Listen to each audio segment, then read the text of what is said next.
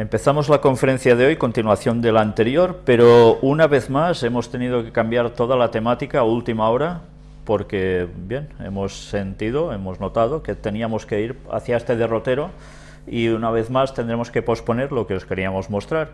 Y vamos ya sin más directamente a enlazar con el candelabro. ¿Os acordáis que estuvimos hablando de él? Pues vamos a seguir un poco más aún en él. Y leamos, para recordar el texto, Éxodo 25:34. Y en la caña central del candelero 4 copas en forma de flor de almendro, sus manzanas y sus flores. Una vez situados de nuevo en este texto, recordemos lo que estuvimos tratando sobre el momento del retorno de Cristo en primavera. Mirad, recordando que hemos hablado de 4 copas, que ya dijimos los 4 puntos cardinales de la tierra, leamos los textos de Mateo 24, del 29 al 33. E inmediatamente después de la tribulación de aquellos días, el sol se oscurecerá, y la luna no dará su resplandor, y las estrellas caerán del cielo, y las potencias de los cielos serán conmovidas. Entonces aparecerá la señal del Hijo del Hombre en el cielo, y entonces lamentarán todas las tribus de la tierra, y verán al Hijo del Hombre viniendo sobre las nubes del cielo con poder y gran gloria. Y enviará sus ángeles con gran voz de trompeta, y juntarán a sus escogidos de los 4 vientos, desde un extremo del cielo hasta el otro. De la higuera aprended la parábola. Cuando ya su rama está tierna y brotan las hojas, sabéis que el verano está cerca. Así también vosotros, cuando veáis todas estas cosas, conoced que está cerca, a las puertas. Vemos la relación que ya estuvimos hablando del candelabro, los 4 puntos cardinales representados en esa forma, y ahora nos damos cuenta que todo esto, una vez más, en palabras de Jesús, iba asociado a su retorno, a la segunda venida de Jesús. El dato curioso es que nos dice que juntará a sus escogidos de los 4 vientos desde un extremo del cielo hasta el otro. ¿Cómo entendemos esto? Muchas personas esta semana me han escrito diciendo, ¿cómo puede ser? ¿Jesús no es en el mismo momento que recoge a toda la gente de todo el mundo? Pues no. Recordemos el texto, como el relámpago que se muestra en Oriente hasta el Occidente, y ya vimos también que esto es en equivalencia en otros textos como de un día de esta labor, de recoger a las personas.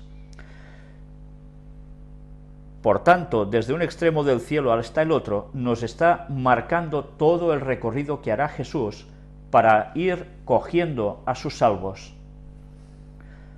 En un carro. Por supuesto, o sea, no viene... Porque como... Elena White en primeros escritos describe un carro en el que tú vas a ir subido, y o sea que tiene mucho sentido que el carro vaya pasando y vaya como recogiéndonos. Sí, no iremos flotando en el aire, no. Vamos sobre algo. Pero mirad una vez más, cuando hablábamos de que Jesús va a volver en el momento preciso, cuando nos dice, de la higuera aprended la parábola, cuando ya su rama está tierna y brotan las hojas, ¿sabéis que el verano está cerca? El verano ya vimos que era, bueno, cuando ya finalmente todo se ha consumado. Y la higuera, ¿cuándo brota? En primavera, ¿no? Una vez más, estamos midiéndolo todo desde Israel. Sobre todo esto tengámoslo claro, porque también muchas personas me han escrito diciendo, pero es que aquí, cuando me hablan de países latinoamericanos, claro, todo va al revés. Claro, por supuesto, pero no podemos fijarnos en ese lugar, sino desde donde se narra todo en la profecía, que es desde el punto central de Israel.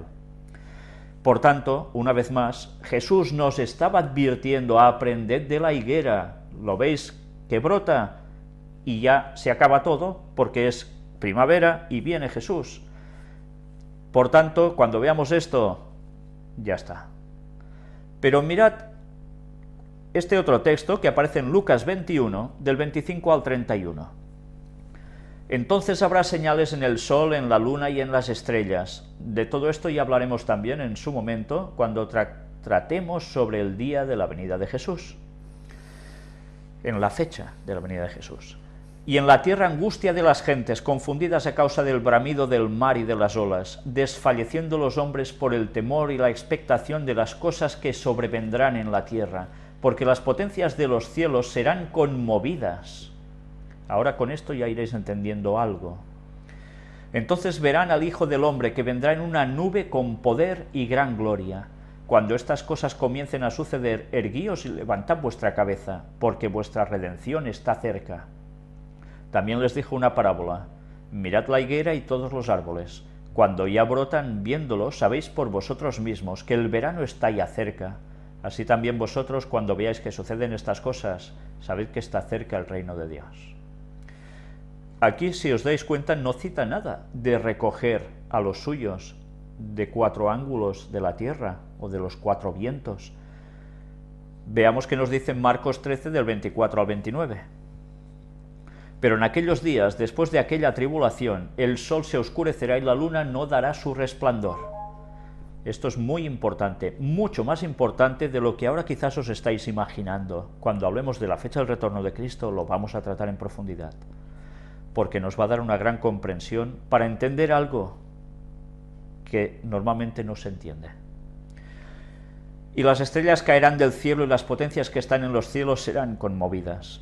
Entonces verán al Hijo del Hombre que vendrá en las nubes con gran poder y gloria. Y entonces enviará a sus ángeles y juntará a sus escogidos de los 4 vientos. Aquí también nos lo dice, ¿verdad? Pero mirad ahora, desde el extremo de la tierra hasta el extremo del cielo. Aquí no nos está diciendo desde un lugar del cielo al otro lado del cielo, nos está hablando desde un extremo de la tierra hasta el extremo del cielo. ¿Qué quiere decir esto? Esto ya no es en sentido horizontal, sino que aquí nos está haciendo en sentido vertical, nos lo está prácticamente de un modo gráfico exponiendo muy claramente, desde el extremo de la tierra hasta el extremo del cielo. ¿Dónde vamos a ir una vez recogidos? Partimos de la tierra, que es un extremo, y vamos al otro extremo, que es el cielo. Por tanto, esta connotación distinta del otro lugar que hemos presentado, del otro evangelista, nos puede dar aún más vislumbre de todo esto. Pero eso sí, escogidos de los 4 vientos. Aquí el matiz parece que puede estar en que escudriña toda la tierra y no deja nada por mirar, y va a buscar hasta el último escogido de la tierra para llevarlo al extremo del cielo. Sí, sí. Recordemos que también cuando se define cuando hace aquella analogía de Satanás de que era el extremo norte, la palabra extremo del norte es lo más al norte, es lo más al límite de todo, o sea que Dios está lejos. Sí. Una vez más nos habla de esta verticalidad entre la tierra y Orión, ¿no? De la higuera aprended la parábola: cuando ya su rama está tierna y brotan las hojas, sabéis que el verano está cerca. Así también vosotros, cuando veáis que suceden estas cosas, conoced que está cerca, a las puertas. Además, mirad que dice a las puertas. ¿No hemos tratado bastante ya del tema de las puertas dimensionales? Jesús mismo nos lo estaba diciendo. Pero claro, aparece, cómo no, el plagio, la distorsión satánica de todo lo relacionado con el candelabro, la menorá, que hablan en hebreo. Para las cuestiones satánicas ya hemos visto de que el candelabro era igual que el árbol de la vida, pero esto también lo era bíblicamente, el mismo significado, pero ahí hay después una diferencia. También equivalía al árbol sefirótico. En la Biblia no se habla del árbol sefirótico, de estas 10 emanaciones, de esas 10 palabras con que Dios lo crea todo y más cosas que sustenta. Entonces, ¿por qué se añade el árbol sefirótico en todo el cabalismo? Ya vimos la relación con todo el paganismo de culturas anteriores. ¿Os acordáis de esos vídeos que os estuvimos mostrando, ¿no? De toda esa relación. Satanás, como siempre, coge parte de verdad, incluso 2 partes de verdad, y luego nos cuela el gol. Aquí veis precisamente una ilustración del candelabro de 7 brazos. No sé si también percibís, bueno, el dibujo de la izquierda, donde aparece, tiene un trípode. Esto no era así, ¿verdad? En el candelabro de 7 brazos no se apoyaba sobre un trípode. Pero mirad además cómo el candelabro está dividido en esas 10 sefirots, esas 10 palabras. En el palo central veis que hay unas palabritas, 1, 2, 3, 4, hasta llegar arriba 5, y después 3 por un lado, 3 por el otro. Total, hace la equivalencia al árbol sefirótico. Ellos buscaron una relación y, bien, plasmaron esto que todas las culturas paganas, que evidentemente no adoraban a Dios, ya mostraban. Y ahora vamos a ver algo de arqueología, y realmente impresionante. El nombre de Dios en Orión y la Vía Láctea. ¿Y qué tiene que ver el nombre de Dios en Orión y la Vía Láctea con la arqueología? Una talla sumeria de hace 5.000 años resulta ser un mapa estelar. La tabla sumeria de hace 5.000 años resulta ser un mapa estelar de la antigua Nínive del 3300 a.C. Bien, más o menos debe estar datado así, ¿eh? Mirad, aquí lo veis. No sé si os dais cuenta de que es totalmente redondo. Es circular. Es una piedra de fundición de 140 milímetros de diámetro, con color pálido ocre terracota, con el negro de madera de soporte de exhibición del museo, la descripción del pergamino. Pues mirad bien lo que veis aquí. No sé si veis que está precisamente subdividido en 8 partes. Pues bien, dicho esto, mirad lo que aquí nos dice. La tableta es un astrolabio, el instrumento astronómico más antiguo conocido. Se trata de un mapa de las estrellas, segmentado en forma de disco, con las unidades marcadas de medida del ángulo inscritos sobre la llanta. Desafortunadamente, partes considerables del planisferio de esta tableta faltan, aproximadamente un 40%, el daño que data del saqueo de Nínive. El reverso de la tableta no está inscrito. Aún está en estudio por los eruditos modernos. El planisferio proporciona pruebas extraordinarias para la existencia de la astronomía sumeria y un muy sofisticado astronomía, bueno, es una traducción hecha automáticamente, astronomía en esto. Antecedentes. La tableta representa un círculo dividido por líneas radiales en 8 sectores iguales. Mirad que está hablando de el espacio y lo divide en 8. ¿Por qué en 8? Recordemos una vez más como también el número 8 nos daba la significación, la equivalencia a eternidad, a infinito. Y ya sabéis que cuando se hicieron las catedrales góticas, precisamente esas 8 puntas con las que terminaban nos estaban mostrando, para esta gente, que ya sabéis que eran todos puestos en cuestiones precisamente no de Dios, por decirlo de un modo suave, de que todo tenía una connotación cósmica.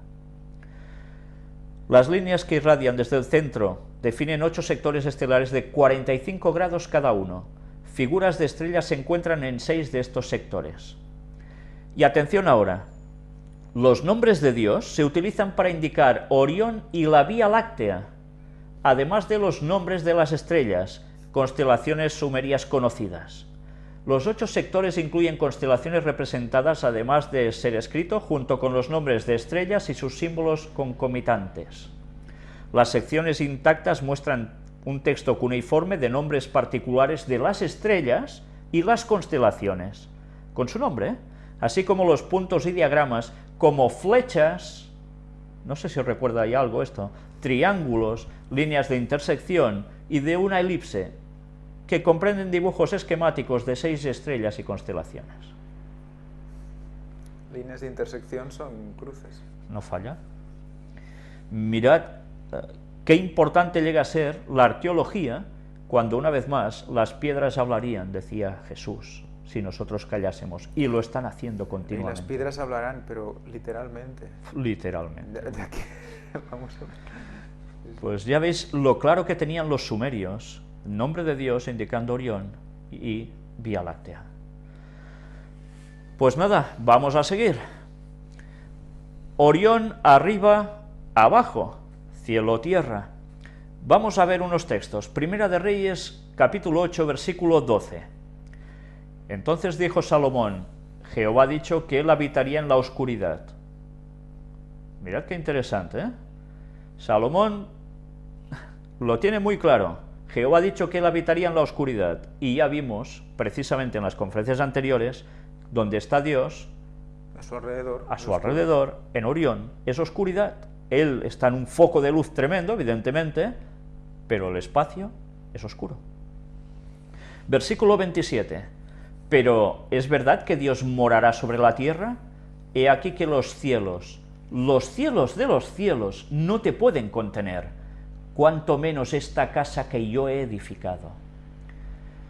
Una vez más nos está diciendo que los cielos no pueden contener a Dios, los cielos de los cielos, arriba de todo, haciendo referencia a su morada, pero ni eso lo puede contener a Dios. Y dice, cuanto menos esta casa que yo he edificado. ¿Por qué? Porque la casa que le había edificado, el templo, iba a ser precisamente la casa de Dios, donde estaría el arca de la alianza y donde Dios se mostraría. Por tanto, una vez más, la relación cielo-tierra. Trono de Dios arriba, trono de Dios abajo. Y el versículo 30. Oye pues la oración de tu siervo y de tu pueblo Israel. Cuando oren en este lugar, también tú lo oirás en el lugar de tu morada, en los cielos. Escucha y perdona. Una vez más, la comunicación directa entre tierra y cielo a través de esa casa, de su morada. Y ahora vamos a hablar sobre Silo. ¿Y qué es Silo? Leamos, situémonos en el libro de Jueces, capítulo 2, versículos del 11 al 13. Después los hijos de Israel hicieron lo malo ante los ojos de Jehová y sirvieron a los Baales. Dejaron a Jehová, el Dios de sus padres, que los había sacado de la tierra de Egipto, y se fueron tras otros dioses, los dioses de los pueblos que estaban en sus alrededores, a los cuales adoraron y provocaron a ira a Jehová. Y dejaron a Jehová y adoraron a Baal y a Astarot. Miremos la situación. En el libro de los Jueces se narra ese período donde el pueblo de Israel estaba en convulsión continua con los habitantes de su alrededor, y cada 2 por 3 no hacían caso de Dios, se juntaban con los idólatras de esos pueblos, y ellos servían también a los Baales. Todo esto les lleva a adorar a Baal, a Astarot, que ya hemos hablado muchas veces lo que significa, ¿no? Y lo que eran. En esta situación, Dios tiene que ir levantando jueces, como Gedeón, uno de ellos. Pues miremos también el Salmo 78, versículo 52. Bueno, ese texto se lo he puesto en referencia a Silo, porque estaba haciendo referencia a Silo. Salmo 78, 52 nos dice: hizo salir a su pueblo como ovejas, y los llevó por el desierto como un rebaño.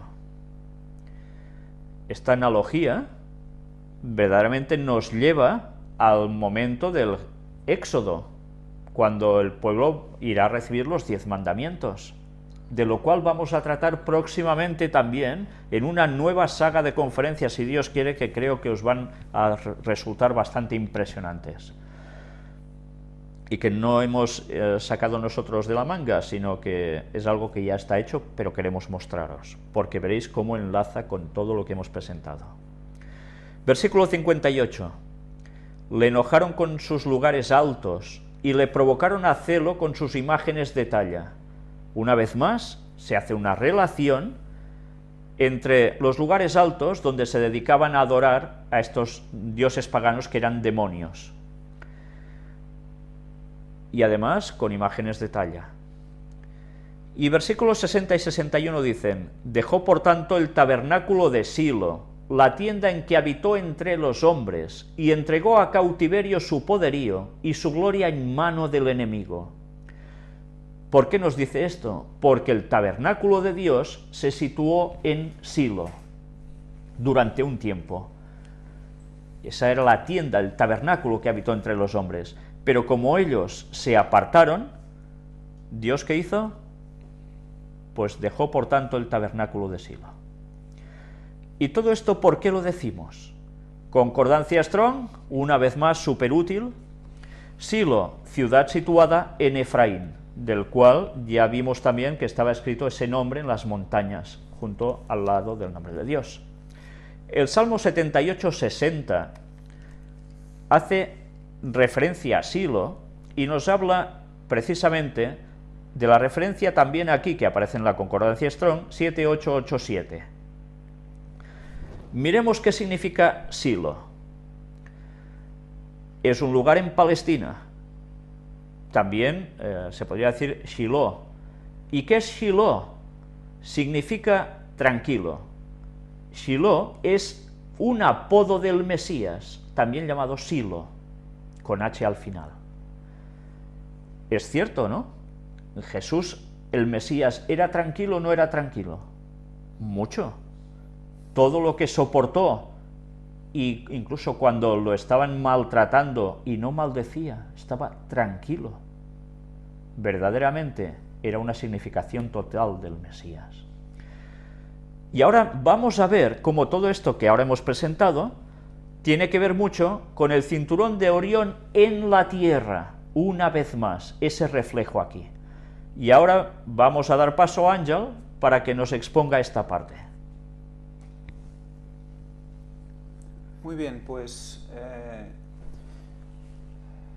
gracias a una fotografía que me ha enviado un compañero, una muy buena fotografía de la constelación de Orión, pues me animé a colocar la constelación encima de Gilgal, Betel y Jerusalén, tal como hicimos con las pirámides, pues un poco para confirmar esa correlación y bueno, darle un poco más de fuerza a todo lo que estábamos viendo.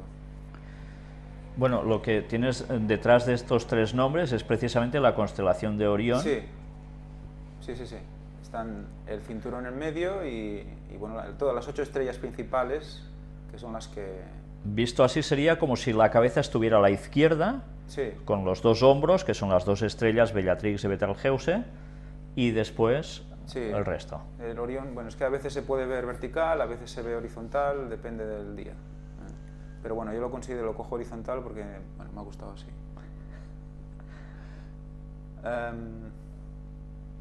Esta es la foto y bueno, lo que hacemos es simplemente cambiamos el tamaño, la giramos a la posición adecuada y podéis ver el plano por debajo una vez hecha la transparencia. Ahora haremos una ampliación, pero bueno, veréis que en la parte central vemos los 3 puntos que bueno, luego veremos más cercanos, pero que son este punto blanco más clarito, es una de las estrellas que coincide con la zona verde, que es la zona de la muerte de Jesús. Aquí hay una indicación naranja escondida entre 2 de rojas, pero bueno, luego haremos mejor, que es justamente el punto, el centro del nombre de Dios. Y un poco más arriba vemos justo el punto de donde está Gilgal, que es esta de punto rojo de aquí, y vemos cómo coinciden, la verdad es que de una manera brutal, visto desde el cielo. Aquí vemos el recuadro de la zona que quiero mostraros, y aquí la ampliación. Podéis ver como las zonas más claritas, que son las estrellas, y este es el punto naranja que os decía, que señala el punto del nombre de Dios, y Gilgal, la verdad es que coinciden de manera asombrosa. Y bueno, pensando en lo que Gilgal significaba, círculo de piedras, una zona que Dios dijo que dejaran de mal usar para adoración de ídolos. Y luego, pues al ver estas coincidencias me animé con Silo, pero me animé con Silo más que nada por el hecho de lo que significa Silo. Hay textos bíblicos que asocian Silo acabado en H, como hemos visto antes, con el Mesías. Y el hecho de que también fue donde se colocó el santuario durante toda la época de Jueces. Y ahí se repartieron las tierras para el pueblo de Israel, etc. O sea, que es un sitio de gran importancia. Y que Silo también se corresponde con ese apodo a su nombre, ¿no? Que a veces en la Biblia se escribe Silo directamente cuando se hace referencia a él. Para esta ocasión también he hecho el montaje con lo que serían las pirámides. Vemos que ahí se acerca la zona, aquí vemos que falta, aquí, esto es el Silo hoy en día, pero realmente las ruinas son más o menos por aquí, en esta zona, este Silo hoy en día, y hacia la izquierda tendríamos el Silo, las ruinas de Silo, que las veremos luego en la superposición con Orión. Prácticamente donde estaría el centro de ese cuadrado. Sí, más cercano al centro de lo que sería la pirámide. Sí.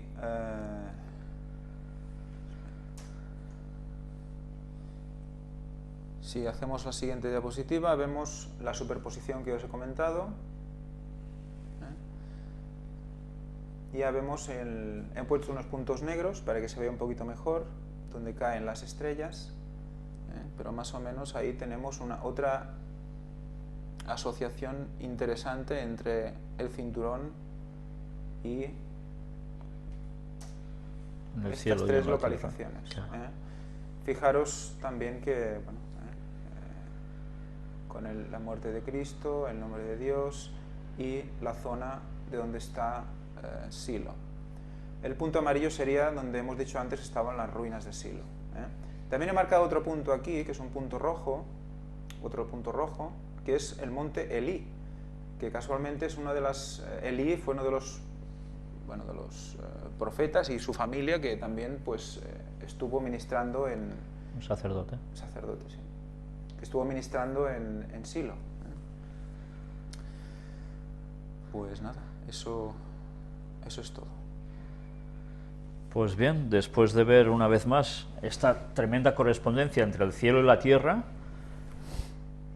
pasemos una vez más a hablar aún en continuación sobre Orión, precisamente así, comparación entre cielo y tierra. Lo que veis a la derecha es un dibujo que ya mostramos cuando hicimos la conferencia 50 y algo sobre Orión, y que es el seguimiento, o sea, sería la gráfica de la constelación de Orión, lo que veían los antiguos en esta constelación. Nosotros ahora miramos las constelaciones y nos quedamos prácticamente igual.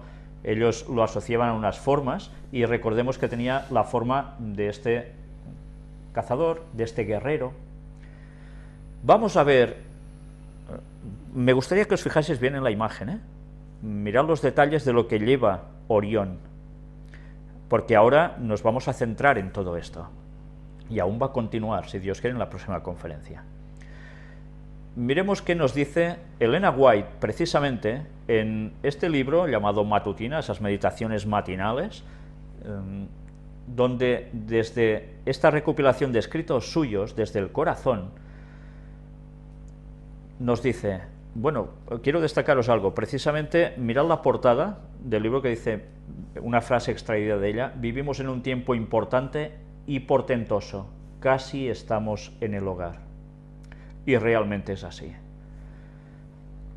Veamos qué nos dice en esta hoja del día 8 de noviembre, donde es un escrito que se ha puesto en esta página de ella, es un recopilatorio de escritos, y os lo voy a leer entero porque creo que no tiene desperdicio.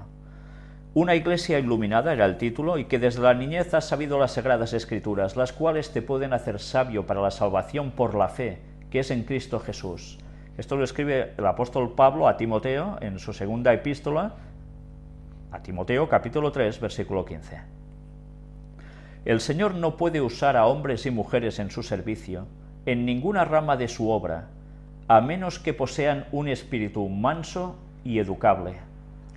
Las personas que Dios emplea en su servicio deben ser leales a los principios, pero aunque no deban apartarse del camino claro del deber tras ningún interés egoísta, no han de cerrarse ni inflarse con autoestima. A menos que el corazón esté en conexión con la fuente, en mayúsculas, de toda sabiduría, no habrá un sentido permanente de lo sagrado de la obra. Los obreros por Cristo deben derivar toda su vida e inspiración de Dios. Deben conformarse a su voluntad y sus caminos, y no buscar que se cumpla su propia voluntad y senda. Quienes desean convertirse en un canal viviente de luz deben ser gobernados por algo más que el hábito o la opinión.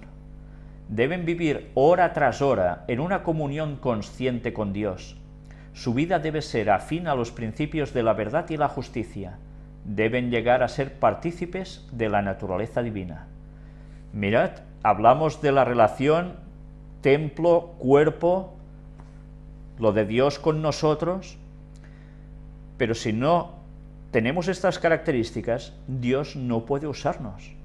Por eso hemos de ir a Él como esa fuente de toda sabiduría y poner toda nuestra vida a su disposición, para participar de su naturaleza divina, de esa correlación cielo-tierra, Dios-hombre.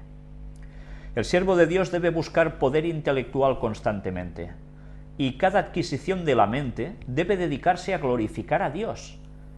Necesitamos expandir los conceptos de lo que Dios requiere de su pueblo.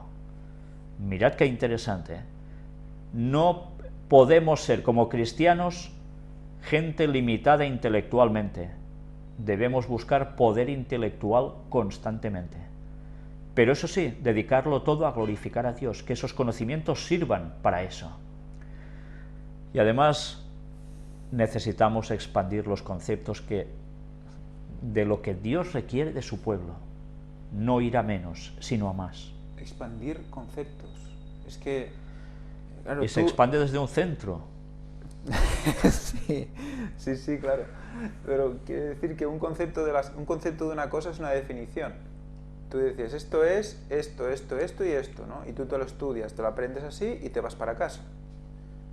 Entonces lo que Dios nos muestra es una visión totalmente fuera de límites y en algunos casos nueva de lo que es la realidad.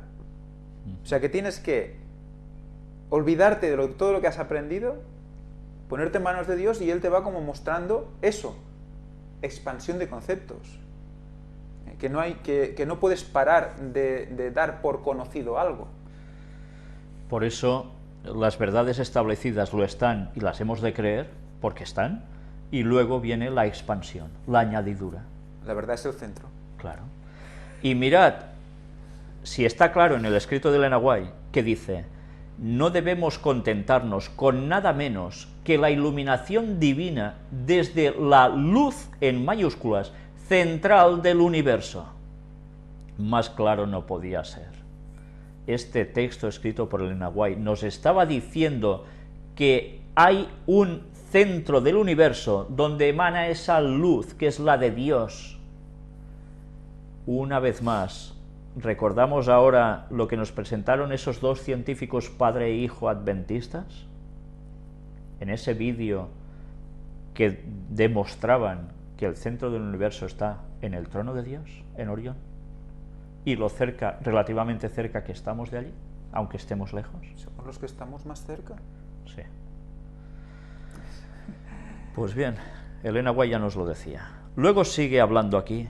Cuando tengamos esta iluminación, veremos la necesidad de seguir hacia adelante y hacia arriba, de elevar la norma, de cultivar la ambición más sublime, de alcanzar los logros más altos. Debemos extraer constantemente de la fuente en mayúsculas de toda sabiduría y vivir como a la vista del Señor. Una vez más, no para de hablarnos de esta verticalidad. Su talento le ha sido confiado por el Señor y usted, ya sabéis que es una carta que dirigía a alguien, ¿no? Y usted será responsable por su empleo y mejoramiento. Debemos manifestar la gloria de Dios. Esta es la elevada aspiración de nuestra existencia. Debemos estar en una condición tal que podamos apreciar la luz que Dios ha traído a la experiencia de otros. Esto es muy interesante, porque, como antes hemos visto, no podemos engreírnos para nada. La luz puede llegar a cualquiera que Dios se la quiera mostrar, y nosotros debemos analizar, y si es válida, pues no nos lo pensemos, aunque la diga quien la diga. Si esa luz es válida y proviene de Dios, ya está, abracémosla. Precisamente lo que os estoy mostrando ahora, esta página, no la he encontrado yo, ni la ha encontrado Ángel, la ha encontrado nuestro compañero Samuel. Y la ha leído, nos la ha pasado, y realmente es una joya. Y sabéis, yo esta página me la había leído hace unos meses y yo no me di cuenta de esto. ¿Pero por qué no me di cuenta de esto? Porque es que todo lo que hemos venido exponiendo hasta ahora, prácticamente en esta serie de conferencias, yo no lo sabía. Y ahora, desde luego, una vez sabido, vuelves a leer cosas de antes y dices, madre mía, qué tonto he sido. Pero bueno, quizá no tocaba enterarme de eso, o quizá me hubiese tocado ya tiempo atrás y no me he enterado por tonto rematado, no lo sé. Pero realmente ahora podemos verlo. Pero ¿por qué todos vamos a diferentes velocidades? Eso ayuda a que si tú has pasado por un sitio y no te has dado cuenta de algo, pasa otro y lo ve. Y si no se da cuenta él, pasa otro y lo ve. O sea, ese es el plan de Dios para nosotros, ¿no? Que cada uno tiene ese momento. Y es una complementación de todos. Sí, en la misma dirección. Eso es una iglesia, de hecho, ¿no? Nuestra vida y carácter son influenciados por los conocimientos físicos, intelectuales y morales adquiridos por las generaciones pasadas. Esta frase me la voy a guardar para cuando tratemos el tema de la importancia de los judíos en el tiempo del fin. Si nos mantenemos en la ignorancia, no podemos culpar a otros. Atención a esto, ¿eh? Si nos mantenemos en la ignorancia, no podemos culpar a otros. No, yo no quiero saber nada, es igual, lo que tenga que venir ya vendrá. Culpa suya porque me lo explica mal. Sí, cualquier cosa. Si ejercemos cada destreza hasta su límite, si empleamos cada habilidad hasta lo sumo, con el objetivo singular de glorificar a Dios, no fracasaremos en la tarea de efectuar un trabajo valioso para Dios. Y esto lo escribió Elena de White el 30 de noviembre de 1888, cuando vio la luz también el conflicto de los siglos, su libro, en Signs of the Times. Pues bien, ya lo veis qué joyas van saliendo aquí. Y Elena White dicen que no es inspirada por Dios, algunos, en fin. Ahora vamos a entrar en un apartado que es continuación de lo que hemos estado mostrando hasta ahora. Y también del tema que presenté este sábado sobre el santuario. En este caso, vamos a hablar de la vestimenta del sumo sacerdote. Veréis qué relación en todo ello tan impresionante. Vamos a situarnos con un texto que aparece en el libro de Éxodo, capítulo 28. Leamos primero el versículo 2, luego daremos un salto del 31 en adelante. Le dice Dios a Moisés, y harás vestiduras sagradas a Aarón tu hermano, para honra y hermosura. Aarón tenía que ser el primer sumo sacerdote del pueblo de Israel y debía ir vestido con honra, hermosura, de un modo especial. Luego veremos parte de este atuendo, lo vamos a describir, solo parte hoy, pero os vais a dar cuenta de que además tenía una significación. No iba majo porque sí, sino que iba majo para honrar a Dios, por hermosura sí, pero además con una significación y una lección para todo el pueblo de Israel y para nosotros aún ahora. Recordemos que el papel del sumo sacerdote era la equivalencia al papel que haría Jesús en la tierra, pero después en el cielo, entrando en ese santuario celestial. Vamos a ver qué nos dice del 31 en adelante. Harás el manto del efod todo de azul. Sobre los colores también hoy hablaremos algo. Y en medio de él, por arriba, habrá una abertura, la cual tendrá un borde alrededor de obra tejida, como el cuello de un coselete, para que no se rompa. Y en sus orlas harás granadas de azul, púrpura y carmesí alrededor, y entre ellas campanillas de oro alrededor. Granadas de azul. ¿Las granadas son azules? ¿Son púrpuras? ¿Son carmesí? El azul es el color del cielo, por supuesto, esto es evidente. Púrpura y carmesí, ¿qué colores son? Ángel alguna vez nos ha hablado de esto, ¿verdad? Púrpura y carmesí, pues el lila y el rojo pintalabios. Y todo esto iba asociado, estos dos últimos colores, ¿a quién? Pues a la sangre de Cristo. A la sangre de Cristo. Y nos lo enlaza con el azul del cielo. Que también tiene una simbología interesante. No sé si... Sí, dilo. No, tiene que ver también con el azul de la montaña del Sinaí, y parece ser que es un azul que significa ley, está asociado a la ley de Dios. Y parece ser que las tablas tenían este tono. Pues de esto hablaremos también en una próxima conferencia y con un vídeo muy interesante al respecto. Ahora ha sido un anticipo, ¿verdad? Mirad que nos habla de estas granadas, de azul, púrpura y carmesí alrededor, o sea, en sus bordes, y entre ellas campanillas de oro alrededor. Una campanilla de oro y una granada, otra campanilla de oro y otra granada, en toda la orla del manto alrededor. O sea que estaban dispuestos campanilla, granada, campanilla, granada, campanilla, granada, y así alrededor de todo su falda, por decirlo de algún modo, ¿no? La parte de abajo. Cuando anduviera, lógicamente se oirían esos ruiditos. Nos sigue diciendo, y estará sobre Aarón cuando ministre, y se oirá su sonido cuando él entre en el santuario delante de Jehová, y cuando salga, para que no muera. Mirad, él entraba en el santuario a ministrar delante de Jehová, y delante de Jehová tiene la equivalencia no solo de estar en el lugar santo, en el primer departamento, sino de entrar una vez al año en el lugar santísimo, en el sitio donde se hacía la expiación, en el día del Yom Kippur, el día de la expiación. Y bien, esto ya lo estuvimos comentando precisamente en el tema del santuario, ¿no? Pero sigamos. Harás además una lámina de oro fino, y grabarás en ella como la grabadura de sello, santidad a Jehová. De esto también estuvimos hablando ya anteriormente. Y la pondrás con un cordón de azul, y estará sobre la mitra. Por la parte delantera de la mitra estará. La mitra, ya sabéis que esto se ponía sobre la cabeza.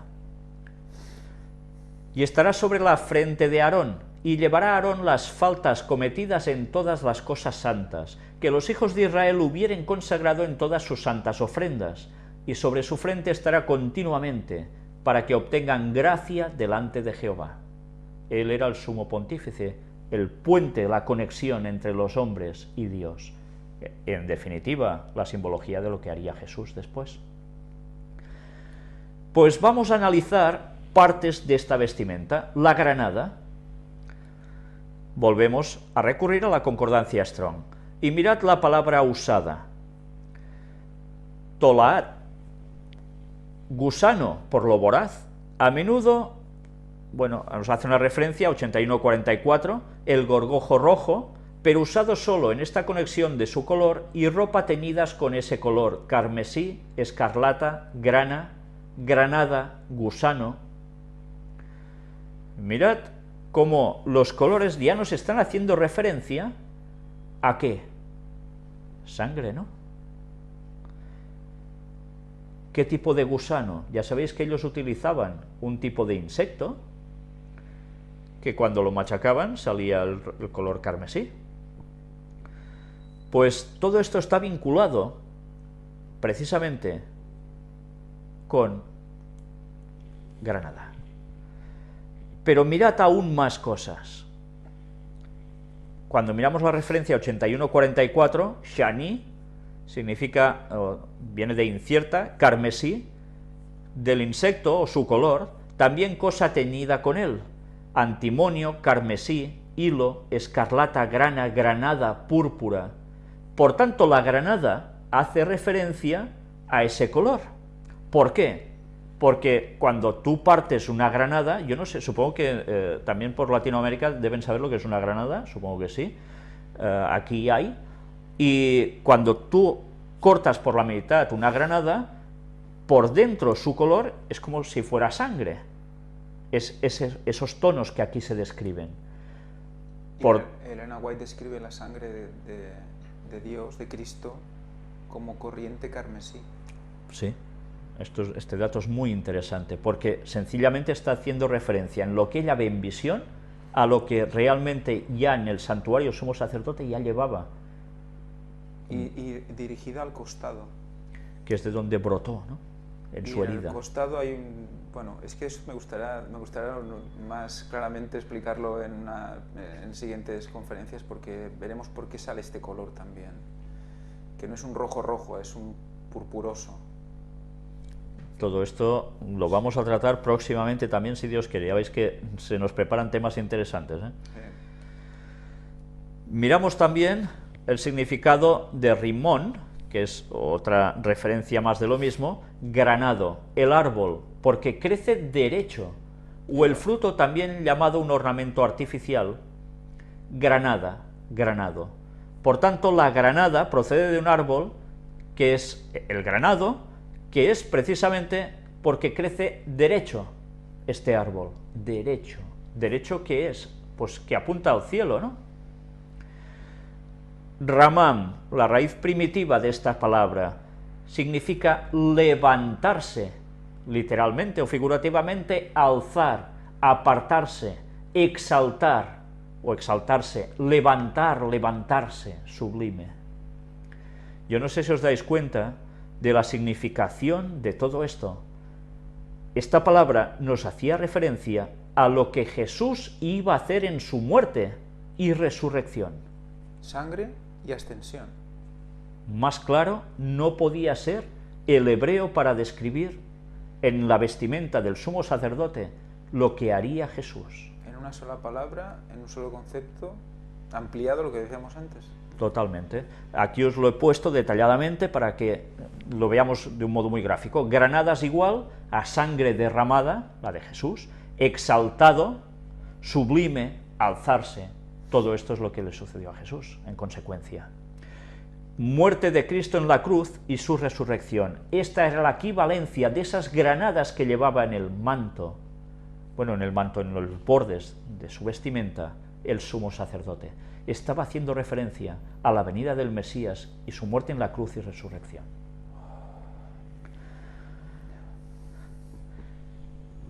Ángel está cavilando algo en estos momentos, ¿eh? No lo veis, pero es... Entramos en la otra palabrita que acompañaba las granadas, las campanillas. Vamos a ver también en la concordancia Strong. Paamón, campana, como que se golpea. Esto es interesante, como que se golpea, campanilla también. Paamá, golpe, en varias aplicaciones como sigue: ahora, cuántas veces, dos veces, esquina, ocasión, paso, pies, esta vez, tres veces, una vez, veces, yunque. Diréis, ¿y esto? Ahora lo explicaremos. Después, paam, su raíz primigenia, dar golpecitos, golpear regularmente. De aquí, impulsar o agitar, perturbar, quebrantar, turbar, manifestar, agitar. ¿Qué está haciendo referencia con todo esto? Estas palabras de campana o campanillas. ¿Qué le sucedió a Jesús? La pasión. Es la pasión. A ver, es que ahora que me estaba viniendo es porque a ti cuando te pegan un golpe, ¿qué te sale? La pineal, directamente. ¿Qué te sale si no te sale sangre? Un morado. Un morado. Describid el color morado. Morado. ¿A qué os suena? Púrpura. ¿Vale? Imaginaros el cuerpo de Jesús. Bueno, tenemos la película de la Pasión que podemos hacernos una idea. ¿Vale? Pero imaginaros el cuerpo de Jesús lleno de golpes, moratones y sangre. Y decidme si no está describiendo las campanillas y la granada el causa-efecto de todo esto. Púrpura, carmesí. Es impresionante. Era por fuera en su piel, de los moratones, y además por lo que brotaba de la sangre. Mirad además en los pies, las veces en que es golpeado, dos veces, una vez, tres veces. Dos veces le clavan la corona de espinas. Elena White describe que no es tan solo una vez, sino dos veces en que se la arrancan y la vuelven a poner en la cabeza. Pero es que yo creo que también está ligado a su corazón. Es que... Quebrantar. Ahí está. mirad cómo nos habla también de lo que sería su crucifixión, porque esos golpes lo clavaron en la cruz, en los pies, 2 veces también, ¿dónde? En las manos, uno en cada mano. A un yunque lo golpeas para doblar un metal, lo que sea, doblegar. Y quebrantar, lo quebrantaron. Pero mirad una vez más que lo quebrantan, pero no hasta el punto de partirle ningún hueso. Porque dice que ni un solo hueso suyo fue quebrantado. O sea, lo traspasan, lo perturban, pero él también perturba después. Porque ¿qué sucede? Lo agita todo. ¿En qué sentido? En que cuando después resucita, ya veis todo lo que llega a suceder con esos judíos y los romanos que hicieron ese acto, ¿no? Se manifiesta. Por supuesto. Mirad cómo la campana ya tenía una significación, precisamente también plenamente asociada con lo que llevaba al lado la granada, la muerte de Cristo. Campanilla sería igual a los golpes y quebrantado en el juicio, en la tortura y la crucifixión de Jesús, pero además después en su resurrección y todo lo que eso implicó para los demás. Las campanillas y granadas simbolizaban la muerte de Jesús. Pero también hemos visto que eran de oro. Pues vamos a ver, una vez más en Strong, sobre oro, zahab, de una raíz que no se usa. Ya parece que ha quedado así un poco hacia atrás esto. Pero mirad, de relucir, oro, figurativamente algo dorado, amarillo, como aceite, cielo claro, buen tiempo, claridad, cosa dorada, oro. Pues, ¿qué nos estaba haciendo referencia que fuese de color oro? Porque eran de oro. Pues ese tono amarillento, cielo claro, cosa dorada. Vamos a ver cómo enlazamos esto. Pues muy fácil. Relucir algo dorado es igual a ¿qué? ¿Cómo vemos nosotros la constelación de Orión desde aquí? Pues algo reluciente, algo dorado. Las estrellas las vemos así. Pero ¿qué más? La reluciente espada. ¿Qué tiene Orión? Antes os he dicho, acordaos de qué lleva ese guerrero. Una espada. Y en su cinto lleva la funda de la espada, ¿no? Donde está para desenvainarse. Mirad el cántico de Moisés. Aparece en el capítulo 32 del libro de Deuteronomio. Del 35 en adelante nos dice: mía es la venganza y la retribución, a su tiempo su pie resbalará, porque el día de su aflicción está cercano, y lo que les está preparado se apresura. Ya veis que es un cántico profético de Moisés, haciendo referencia al fin de todo, Porque Jehová juzgará a su pueblo, y por amor de sus siervos se arrepentirá, cuando viere que la fuerza pereció y que no queda ni siervo ni libre. No sé si esto os recuerda también a algo que sucederá al final en Apocalipsis. ¿Quiénes van a recibir la marca? ¿Nos habla de siervos, esclavos libres? Es un momento final, Y dirá: ¿dónde están sus dioses, la roca en que se refugiaban, que comían la grosura de sus sacrificios y bebían el vino de sus libaciones? Mirad una vez más cómo el paganismo, siempre copiando las cosas de Dios, Satanás se ha dedicado a esto, de lo cual ya hemos hablado en estas anteriores conferencias, ¿verdad? El símil de lo que es Orión. Levántense, que os ayuden y os defiendan. Ved ahora que yo soy, y no hay dioses conmigo. Yo hago morir y yo hago vivir. Yo hiero y yo sano. Esto también tiene una connotación con el texto de Oseas 6, versículo 1, de lo cual volveremos a hacer alusión más adelante cuando hablemos del retorno de Cristo. Y no hay quien pueda librar de mi mano, porque yo alzaré a los cielos mi mano y diré: vivo yo para siempre. Si afilare mi reluciente espada y echare mano del juicio, yo tomaré venganza de mis enemigos y daré la retribución a los que me aborrecen. ¿Cómo está Orión con su espada desenvainada y reluciente? Porque brilla, porque son estrellas, en esa forma. ¿Y cuándo hace eso?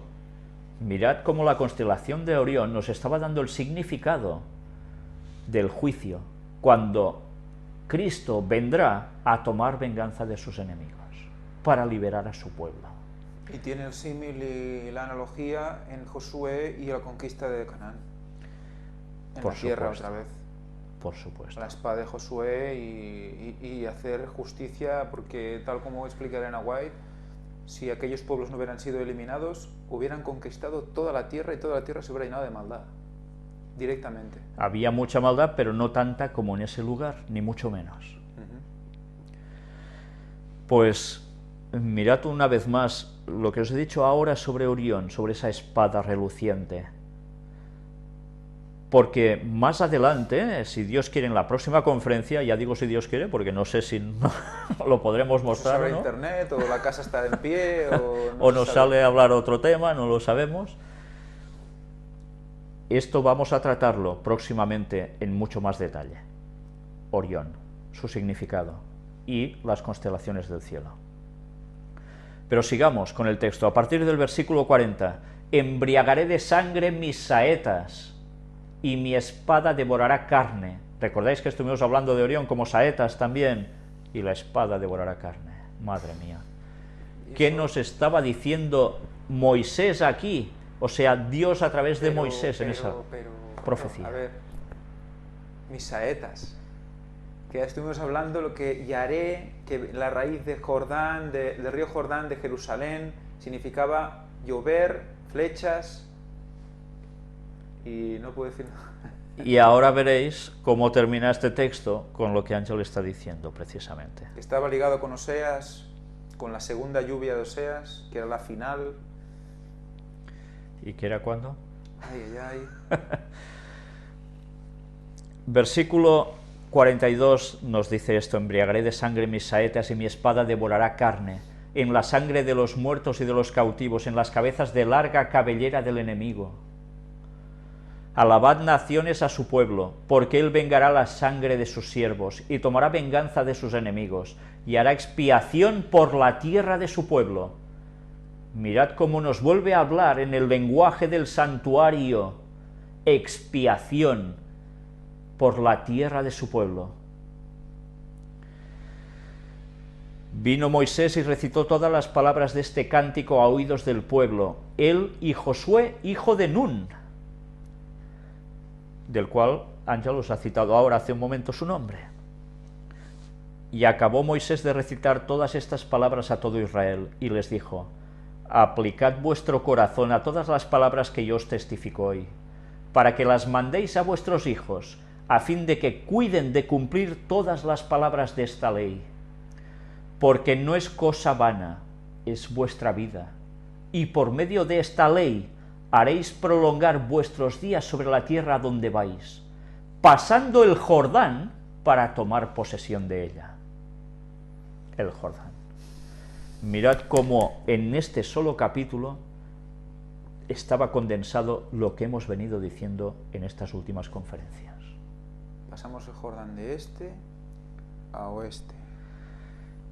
Destacamos esto: Deuteronomio 32, versículos 41 y 47. Si afilare mi reluciente espada y echaré mano del juicio, yo tomaré venganza de mis enemigos y daré la retribución a los que me aborrecen. Porque no es cosa vana, es vuestra vida, y por medio de esta ley haréis prolongar vuestros días sobre la tierra donde vais, pasando el Jordán para tomar posesión de ella. Por tanto, reluciente espada aquí equivale a esa espada de Orión de la constelación. Es la retribución en la segunda venida de Jesús, cuando pone fin.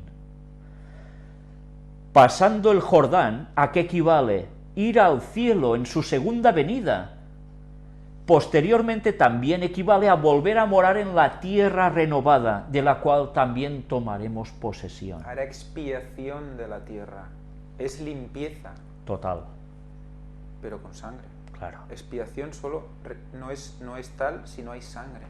Y vida por vida. La sangre estuvo en el cielo primero en Cristo aquí, luego Cristo lleva su sangre al cielo intercediendo por la expiación de su pueblo, y vuelve a la tierra, ¿y qué hace otra vez? Expiación, porque ¿quién sangra después? El resto. Los impíos, que no van a ser salvos. Pero ahí se quema la grasa. Se quema y bien quemada, ¿eh? Porque la grosura era el necio tonto por desobedecer por no creer en Dios. Pues ahí se quema. Y se quema por ese fulgor, esa potencia, esa gloria con la que viene Dios. Todo queda arrasado, todo se funde, todo queda así. Es la relación que dijimos el otro día, ¿no? La grosura que estaba llenando la espada y por otro lado la sangre embriagaba la espada, por lo tanto esa sangre es la sangre de los impíos en el tiempo de los 7000 años, cuando ya hay la segunda muerte para los impíos. Se está quemando la grasa allí, los tontos, digamos entre comillas, o bueno, tontos, no quiero insultar a nadie, es así, pues mueren allí. Mirad cómo esto tiene dos partes. La primera cuando viene Jesús, porque mueren los impíos que están vivos en ese momento, fulminados, pero después, al cabo de ese milenio, cuando se vuelve a la tierra, se regresa aquí el pueblo de Dios, hay definitivamente esa aplicación del juicio final sobre todos, y vuelven a resucitar los impíos, y es cuando son destruidos por ese fuego y azufre de Dios. Después del milenio, etcétera, sí. Cuando baja ya no va a ser, cuando la Nueva Jerusalén está allí, es que es el espadazo final. Y tanto. La concordancia Strong nos dice sobre reluciente Barak, curioso, anda, míralo. Os suena, ¿verdad? Fíjate. Iluminarse, relámpago, despedir. Luego vemos debajo, en la otra acepción, de Barak también, relámpago. Por analogía, un destello, concretamente una espada reluciente. Anda. Relámpago, reluciente, relumbrante, relumbrar, pulida con resplandor, resplandor. Por tanto, el relámpago es la alusión, como en la segunda venida de Jesús se mostrará de oriente a occidente, ese relámpago. Nos estaba haciendo referencia todo esto también a la segunda venida de Jesús. Mirad, desde Orión todo. Es realmente impresionante todo esto que ahora os estamos mostrando, porque si vosotros no os quedáis impresionados, yo personalmente me quedo mucho. Ahora toma forma eso de que el destino está en las estrellas, ¿no? Está escrito en las estrellas. Luego hablaremos más adelante precisamente de ese plagio satánico al respecto sobre las constelaciones y ese destino escrito en las estrellas, porque en las estrellas había escrito algo distinto. Destino, sí, de la humanidad, de los impíos y de los salvos. Y vamos a verlo con bastante detenimiento, si Dios quiere. Comúnmente hablamos de relucientes estrellas, ¿no? También, como en Orión.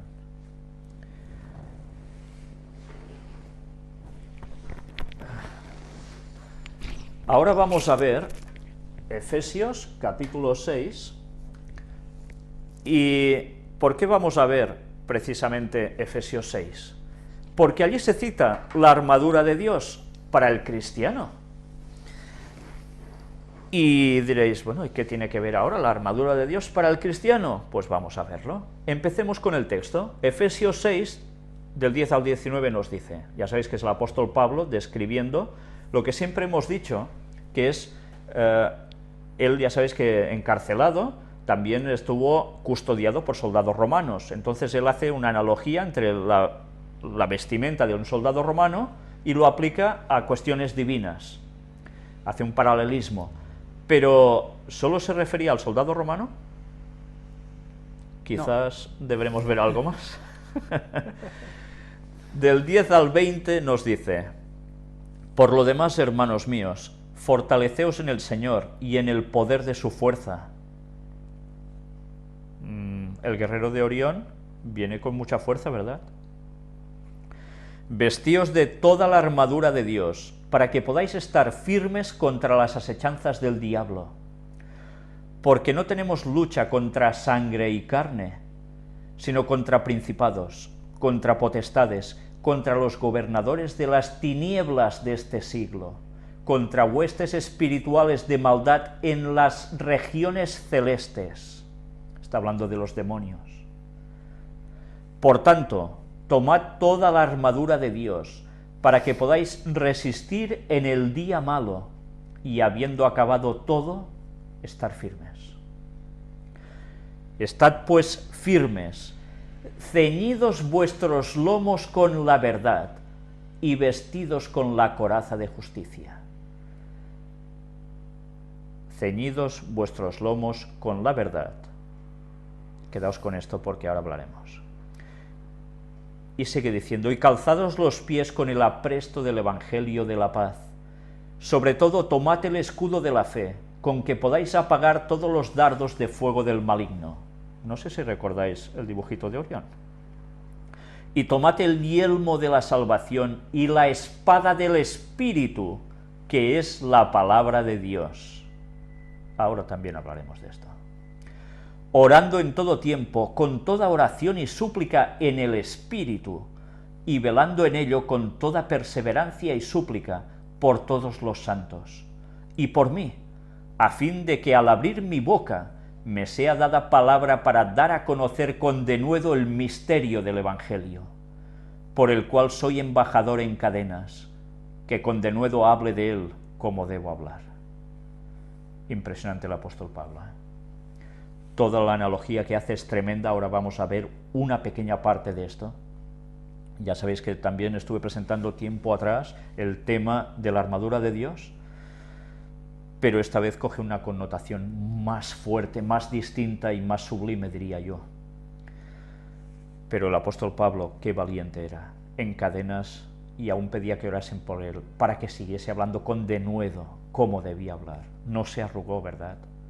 A veces tenemos miedo de decir estas cosas, y el Evangelio en general, porque ¿qué dirán de nosotros?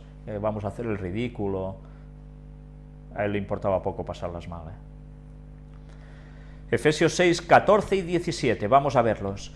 Estad pues firmes, ceñidos vuestros lomos con la verdad, y vestidos con la coraza de justicia, y tomad el yelmo de la salvación y la espada del Espíritu, que es la palabra de Dios. Ceñidos, ¿qué es ceñidos? Llevar un cinturón y además espada. Vamos a ver estas tres palabras, porque la espada, ¿dónde se llevaba? ¿Colgando de la oreja? Por supuesto que era en el cinturón, y cuando se desenvainaba se alzaba. Ceñidos, evidentemente proviene de ceñir. Strong, una vez más. Ceñir nos cita esta referencia, la 40:24, para el texto que nosotros hemos visto. Ceñidos vuestros lomos con la verdad. Y en griego, perisonnumi, que nos dice fajar todo, alrededor, sujetar el cinturón de uno, literalmente o figurativamente, ceñir. Fajar. Bueno. Cinturón, veamos qué nos dice de cinturón. Miremos un texto donde aparece esto también, en Éxodo 28:4 y, como no, en las vestiduras del sumo sacerdote. Las vestiduras que harán son estas: el pectoral, el efod, el manto, la túnica bordada, la mitra y el cinturón. Importante. Hagan pues las vestiduras sagradas para Aarón tu hermano y para sus hijos, para que sean mis sacerdotes. Por tanto, el cinturón formaba parte de la vestimenta de Aarón, del sumo sacerdote, después de él a sus hijos. ¿Y qué significaba el sumo sacerdote? A Jesús. ¿Y el cinturón dónde estaba emplazado? Nadie se pone los cinturones en los pies. ¿O sí? Bueno, últimamente se ven cosas muy raras. Los cinturones que están en medio del cuerpo sirven para algo. Pero ya veis que esto tiene una significación. Volvemos a Strong. Cinturón. La túnica bordada, la mitra y el cinturón. Nos hace la acepción número 73. Vamos a ver qué nos dice en el hebreo. Apnet. Cinturón. Cinto. Cinturón. Talabarte. Cinto y cinturón. vienen a tener la misma connotación. Es lo que usaba precisamente el sumo sacerdote. Cinturón viene de cintura, ¿no? Se lleva en la cintura, por eso el cinturón. Y aquí tenéis, ¿dónde está el cinturón en la constelación de Orión? ¿Veis las 3 estrellas, no? Son conocidas como el cinturón de Orión. El cinturón es igual, nos decía el texto, a la verdad. Ceñidos vuestros lomos. Con la verdad. Con la verdad. Por tanto, el cinturón de Orión, como símbolo de las 3 personas de la divinidad, la verdad. Sé que esto a muchos, bueno, a algunos, no muchos, les va a ofender, pero es que Orión nos está dando la connotación de la divinidad continuamente del trono de Dios. ¿Y por qué ese cinturón tiene 3 estrellas?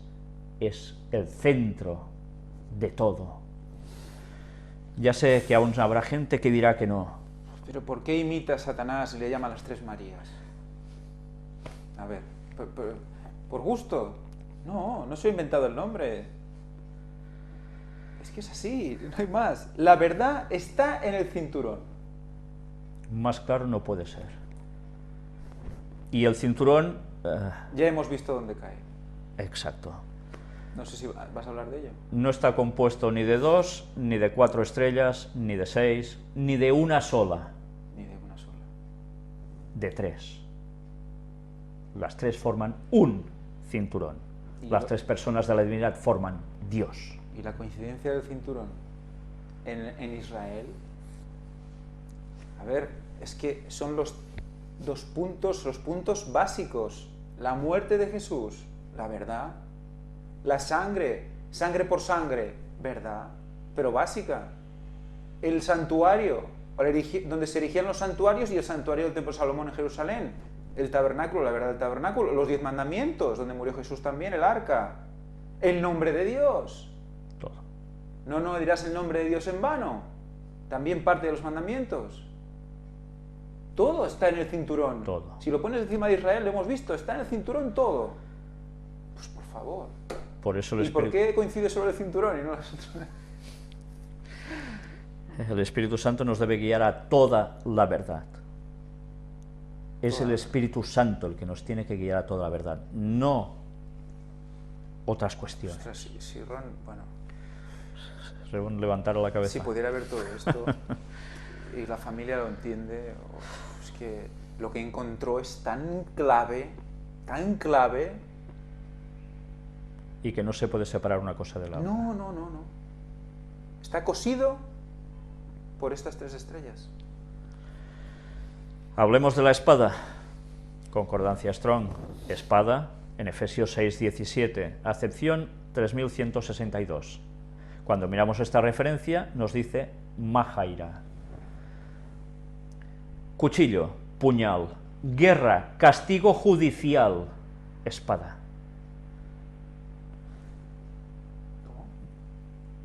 Guerra, castigo judicial, espada. Más claro no se podía ser. También, connotación 3163, maje, batalla, controversia, conflicto, contienda. El conflicto de los siglos. Si le buscas un título... La gran controversia en inglés. La gran controversia. Que ahora se ha traducido también en español como la gran controversia en edición económica. Pues que si la espada del Espíritu es la palabra de Dios, el conflicto de los siglos que no puede ser también pues un puñalito que va al lado, que hace mucho daño. ¿No nos decía Elena White que precisamente este libro es el que más difundido debería estar después de la Biblia? Porque es la clave para muchas cosas. Pues ya veis la significación de la espada. Cuando Jesús vuelva por segunda vez, viene a lo que viene. Pero mirad que aparece también en un libro de Elena White, en Primeros Escritos, que ya lo mostramos en su momento, pero vale la pena volver a ver ahora. El título era Conmoción de las potestades del cielo. Es tan solo esta página, la número 41. El 16 de diciembre de 1848, el Señor me dio una visión de la conmoción de las potestades del cielo. Mirad que es una visión de algo que iba a suceder o sucederá con las potestades del cielo. Todo esto os lo remarco, porque de eso deberemos hablar cuando presentemos el tema de la fecha de la venida de Jesús. Vi que cuando el Señor dijo cielo, al anunciar las señales indicadas por Mateo, Marcos y Lucas, quería decir el cielo, y cuando dijo tierra, se refería a la tierra. ¿Recordáis que antes, para empezar, hemos leído precisamente en los evangelistas tierra y cielo, en esa connotación? Cuando dice cielo es cielo y cuando dice tierra es tierra. Y en un texto nos hablaba de tierra de derecha a izquierda, todo, por decirlo de algún modo, como el relámpago, pero después nos hablaba de tierra, cielo. Acabas de hacer una cruz. Es que no me habéis visto. Él sí. A ver, uno hablaba de lo ancho y el otro hablaba de lo alto. ¿No hay un salmo que habla de lo ancho del cielo y lo alto?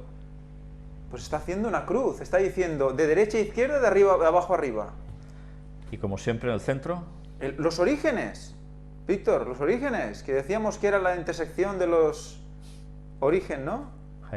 Orientación. Oriente, Orión. ¿Os dais cuenta cuando las cosas se releen al cabo de un tiempo? Cuando uno va sabiendo más cosas, ¿qué significación llegan a coger tan tremenda? Tanta verdad. Las potestades del cielo son el sol, la luna y las estrellas. Gobiernan en los cielos. Las potestades terrenas son las que gobiernan en la tierra. Las potestades del cielo se conmoverán a la voz de Dios. Entonces el sol, la luna y las estrellas se desquiciarán de su asiento. Veréis qué importancia tiene esto para determinar la fecha del retorno de Cristo. No se aniquilarán, sino que se conmoverán a la voz de Dios. Se van a sacudir, se van a mover. Ahora está allí. Explícalo. Sobrevinieron sombrías y densas nubes que se entrechocaban unas con otras. La atmósfera se partió, arrollándose hacia atrás, y entonces pudimos ver en Orión un espacio abierto de donde salió la voz de Dios. Por aquel espacio abierto descenderá la santa ciudad de Dios, esa puerta dimensional, viniendo desde Orión, la voz y la santa ciudad. La espada del Espíritu es la palabra de Dios, has dicho. Ahora vamos a hablar de eso. Vi que ahora se están conmoviendo las potestades de la tierra y que los acontecimientos ocurren en orden. ¿En orden de qué? Profecía, quizás. Y aún hay gente que dice, bueno, ¿qué sentido tiene estudiar la profecía final y que si Daniel 11 no se puede aplicar así? Bueno, hay un orden y ese orden está escrito y Dios lo dirige. Y es la profecía.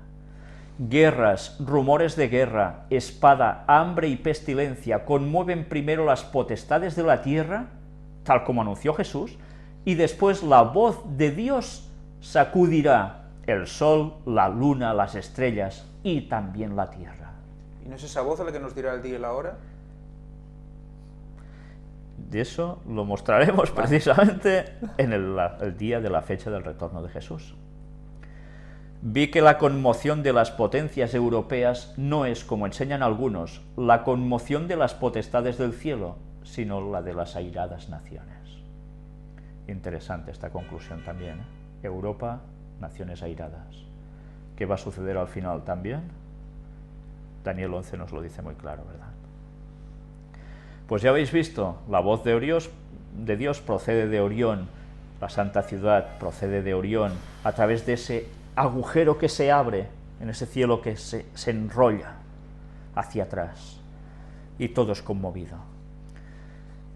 Pues bien, la espada del Espíritu, que es la palabra de Dios, que también procede de Orión, y para gráfica, la que tenéis aquí, ¿cómo no? Como voz viene la palabra, ¿no? La voz de Dios viene de Orión. La voz de Dios es la palabra de Dios. Y es la espada. Y es la espada. Es lo que hace que tú decidas salvación o que vayas a perdición. La palabra de Dios es la clave. Y ya está. Y por eso distorsionar algo de la palabra de Dios puede llevarnos a la perdición. Quizás ahora sería bueno el texto de que es como la palabra de Dios como una espada de dos filos que discierne, ¿no? Los tuétanos, ¿no? ¿Cómo es eso? Que discierne las intenciones, los pensamientos del corazón, pero además, ¿qué hace? Entra hasta los tuétanos. Hasta los tuétanos, sí, hasta el fondo, y ahí te cambia. Retuerce totalmente. No puedes dejar nada escondido a la palabra de Dios. Pues bien, la presentación ha llegado hasta aquí y esto va a tener continuación. Y va a tener continuación aún con cosas realmente impactantes, al menos para mí muchísimo. No sé hoy qué habréis sacado de conclusiones. Yo la verdad es que estoy realmente impresionado. Y ya está, o sea, directamente. Que la intención no es alucinar todos. No, o sea, no es no. que, a ver, que no tienes previsto tampoco esto. No, no. Pero te salen estas cosas que dices, bueno, por favor, el cinturón, la verdad en el cinturón. Y los tres ahí en el cinturón, y ahí solo con la estrella de la muerte de Cristo, que está la arca debajo, que la sangre cae en el arca, que los mandamientos están allí, que el cuarto mandamiento es el sábado, que hemos hablado de los 4 esquinas, los 4 cuernos, 4 todo. Y el candelabro del medio, el central, que es el 4, lo mires por donde lo mires. Suponiendo que sea lineal. Siempre es el del medio. Sí. Pero, vamos. Pues bien, ¿sabéis lo que significa que durante las mañanas a primera hora te llama Ángel y te dice, mira que he encontrado? Y a veces yo por la noche, a las tantas también, y así nos pasamos muchas partes del día. Pues para nosotros, aunque, bueno, Ángel lleva menos años, pero yo llevo 42 años como adventista. Y, ¿sabéis? Por más cosas que uno aprende, cuando llega a este punto, dice, madre mía, esto me da una dimensión a todo, que es que no deja de sorprenderme. A mí me maravilla. Yo no sé si os lo sé transmitir, no lo sé, pero lo que sí os quiero transmitir es que realmente Dios está dando una luz ahora porque nos toca conocerla y porque debe aclararnos conceptos y debe prepararnos para el retorno de Cristo, que vais a ver que no faltan tantos años para eso. Pues bien, por mi parte nada más. Satanás plagiando el cinturón de una manera brutal, con la orientación, alabando a Osiris, alabando a Sirius. A ver, que todo esto nos tiene que venir ahora como repasar las ideas que se hemos estado mostrando, y solo poniendo encima los planos de Israel, las pirámides, Orión, ves que todo es... ¿Y dónde cae? Lo que está todo el rato está haciendo plagios constantemente. Y tal como vimos cielo. Ya anteriormente, hasta la misma divinidad de tres, la Trinidad, de Padre, Hijo y Espíritu Santo en la Iglesia Católica, en verdad, para ellos, para los que saben de qué va el asunto, no para los pobres feligreses o los curas de abajo, sino para los que saben de verdad lo que ellos cuecen, no significa la misma divinidad de tres, de Padre, Hijo y Espíritu Santo, como para nosotros, sino que todo está basado en lo mismo, en el paganismo más absoluto. Los plagios satánicos, para variar. Y ya veis, incluso aplicando cosas que parecen totalmente la verdad. Pues, en fin, lo dejamos aquí, que Dios nos ayude a seguir conociendo la verdad. Doy las gracias también a las personas que colaboran con, por ejemplo, la noticia de arqueología que me han enviado, que me ha ido de perlas, también con algún texto bíblico, como estos de los 3 evangelios. Todas las personas que nos estáis aportando la luz que Dios os está dando a vosotros, que a veces quizás uno puede apreciar en más o menos cuantía cuando la recibe, pero que después cuando lo encajas todo dices, madre mía, es una luz de aquí, una luz de allí, que toda junta... Pero es que aquí las conferencias no las hace Víctor. Eso tiene que quedar muy claro. Eso, vamos, que las estamos haciendo todos, las conferencias. Las estamos haciendo todos. Cada uno su parte. Pero todos estamos aquí. Lo único que hacemos nosotros es que Dios nos ha puesto aquí con el privilegio de exponer lo que estáis trayendo vosotros. podemos ordenarlo, podemos disfrutar con la información que nos aportáis vosotros. Y eso es... Dios nos utiliza a todos los que queremos ser utilizados, y eso es lo que le debemos pedir, ser utilizados. En unos de una forma, otros de otra. Lo importante es que nadie se vanaglorie, sino que eso es una iglesia en verdad, que cada uno aporta y entre todos se edifica y se construye el ¿qué? El cuerpo de Cristo. ¿Para qué? Pues para que más personas se añadan a la verdad. Y eso es lo que debemos hacer. Cada uno con los conocimientos que tenemos previos y que vayamos cultivando. Cierto es que yo puedo tener ventaja respecto a muchos que se incorporan ahora por lo que ya sé en anterioridad, pero eso no me puede hacer volver tonto, precisamente, creyéndome superior a los demás, porque me estoy dando cuenta continuamente que, como decía mi padre, que era un pintor, un maestro pintor, del cual yo heredé el oficio, se puede aprender hasta de un aprendiz. Y realmente es así, porque puedes tener luces en la mente de otras personas que Dios pone, que te sirvan para complementar lo que sabes, ampliarlo y conjuntarlo todo y poderlo mostrar. Y si Dios quiere que hagamos esa función, pues con mucho gusto la vamos a hacer. Pero al igual que el apóstol Pablo, os vamos a pedir que oréis por nosotros, para que, pase lo que pase, podamos seguir igual y más. Que Dios os bendiga a todos. Igualmente.